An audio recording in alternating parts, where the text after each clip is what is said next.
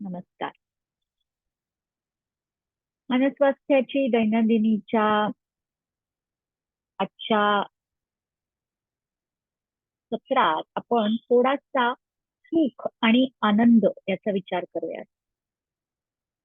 मला असं वाटतं की सुख आणि आनंद यातला फरक म्हणजे पैसेवाला माणूस आणि श्रीमंत माणूस याच्यामध्ये जो फरक असतो तो सुख आणि आनंदातला फरक आहे.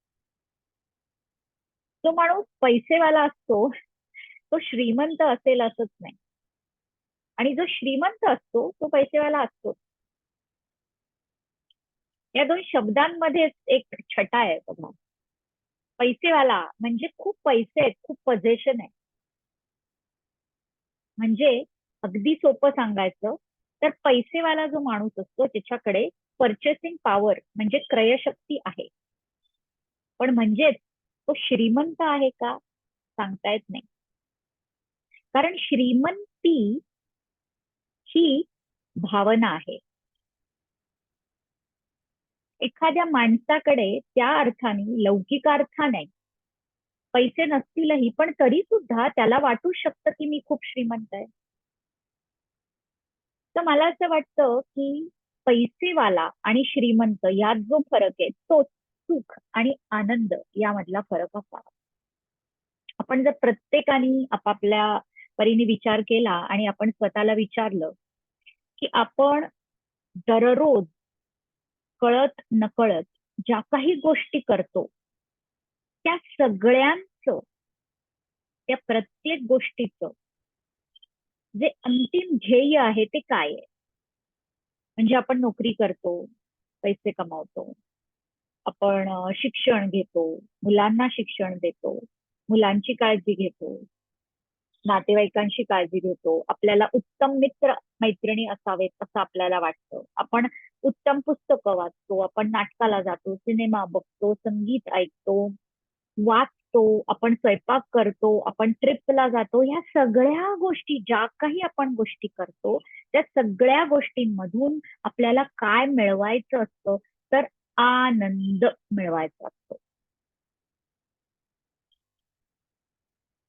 मग जर का आपण असा विचार केला किंवा आपण असा प्रश्न विचारला स्वतःला की हा जो आनंद मला हवाय तो नेमका किती आनंद मला हवाय,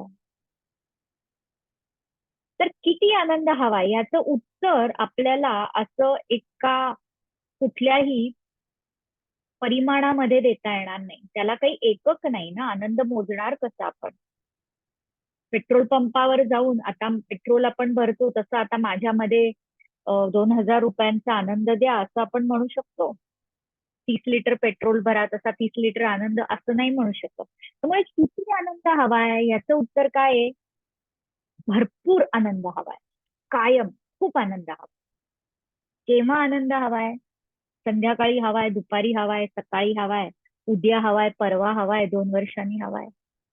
याचं उत्तर काय आहे? कायम हवाय, नेहमी हवाय. कुठे आनंद हवाय? घरी हवाय, ऑफिसमध्ये हवाय, कुठे हवाय? सगळीकडे हवाय. मग याचा अर्थ आपण आनंद जो शोधतो तो कायम स्वरूपी, कायम टिकणारा आणि सदा सर्वकाळ टिकणारा आणि सगळीकडे टिकणारा असा आनंद आपल्याला हवाय. म्हणजे आपण असा आनंद शोधतोय ज्याला स्थळ, त्याची मर्यादा नाही, काळाचीही मर्यादा नाही.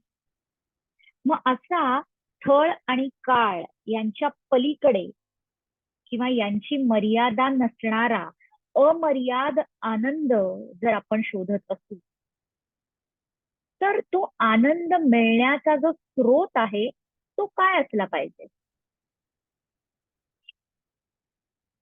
आपण ज्या ज्या गोष्टींमधून आनंद शोधू पाहतो, कामामधून असेल, नातेसंबंधांमधून असेल, वेगवेगळ्या कलांमधून असेल, ते जे सगळे आनंदाचे स्रोत आहेत ते सगळे अमर्याद आहेत का?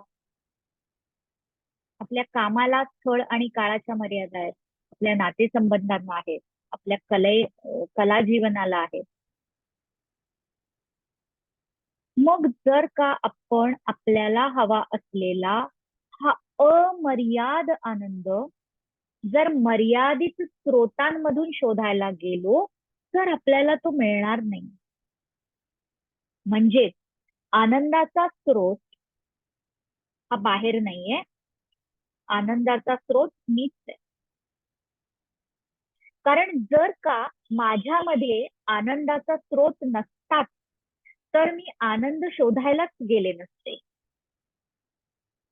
निसर्गामधल्या प्रत्येक वस्तूचं गोष्टीचं जर स्वरूप आपण बघितलं तर ते काय असतं?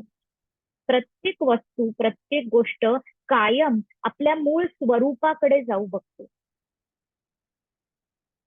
म्हणजे पाण्याचा बर्फ जरी झाला तरी तो वितळून पुन्हा पाणी होतो. पाण्याची वाफ झाल्यावर सुद्धा पुन्हा ती सगळ्या चक्रामधून फिरून पुन्हा पाण्यामध्ये येते, पाणी होते. असं जर आपण पाहिलं तर प्रत्येक वस्तूचं निसर्गतः जी ओढ असते प्रत्येक वस्तूची ती कुठे असते तर ती तिच्या मूळ स्वरूपाकडे नेणारी ओढ. आपल्याला स्वरूपाच्या विरुद्ध जाण्याची ओढ नसते. निसर्गातल्या कुठल्याच वस्तूला तिच्या मूळ स्वरूपाच्या विरुद्ध जाण्याची ओढ नसते. आता आपण काय म्हणतोय की आपल्या सगळ्यांना ओढ कशाची आहे? आनंदाची आहे. मग याचाच अर्थही असा आहे की आपल्या प्रत्येकाला जर आनंदाची ओढ असेल तर याचा अर्थ असा आहे की आपलं स्वरूपच आनंदाचं आहे. म्हणजेच आपण म्हणजेच आनंद आहोत. प्रत्येक जण म्हणजे आनंद आहे. कारण जर आपलं स्वरूप आनंदाचं नसतं तर आपण आनंदाचा शोधच घेतला नसता. आपल्याला काय माहिती आनंद कसा आहे? आपण का शोधतोय आनंद?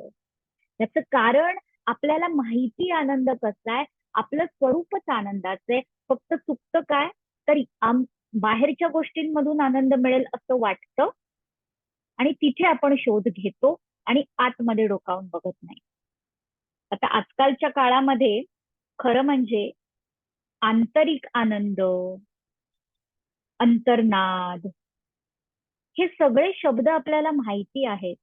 पण तरी सुद्धा जर आपण पुन्हा एकदा आपल्या दैनंदिनीमध्ये डोकावून पाहिलं तर आपल्याला लक्षात येईल की हे सगळं माहीत असूनही आपल्या 24 तासांमधले किती तास, किती मिनिटं, किती सेकंद आपण आपला हा आंतरिक आनंद जो आहे तो शोधण्यासाठी देतो.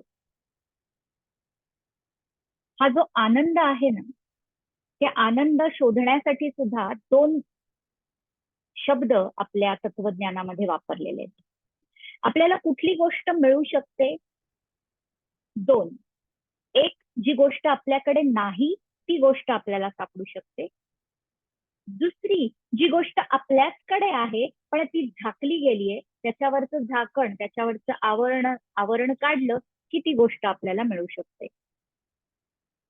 जी गोष्ट आपल्याकडे नाही ती गोष्ट आपल्याला मिळणं याला म्हणतात अप्राप्तस्य प्राप्ती.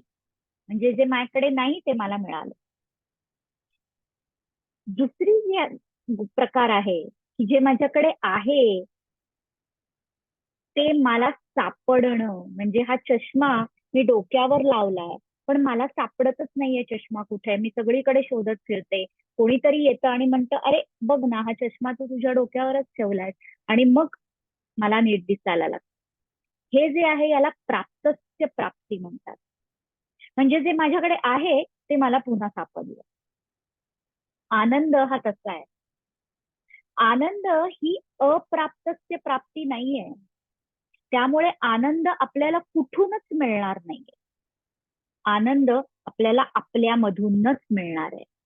थिओरेटिकली जरी आपल्यापैकी प्रत्येकाला हे माहीत असलं तरी सुद्धा प्रॅक्टिकली आपण आपल्या दैनंदिन आयुष्यातल्या 24 तासामधले किती तास, किती मिनिटं या आंतरिक आनंदाच्या शोधासाठी देतो, हा एक विचार करायला लावणारा मुद्दा आहे असं मला वाटतं.